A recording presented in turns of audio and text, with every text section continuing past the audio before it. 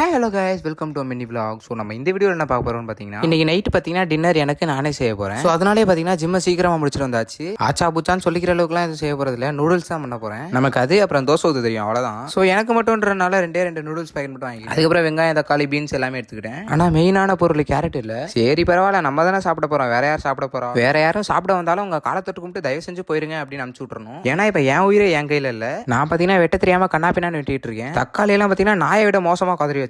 அதுக்கப்புறம் வெங்காயம் உரிக்க ஸ்டார்ட் பண்ணியாச்சு. அதெல்லாம் பாத்தீங்கன்னா டாப் நாச்சு. நான் என்ன பண்ணேன்னு எனக்கே தெரியல.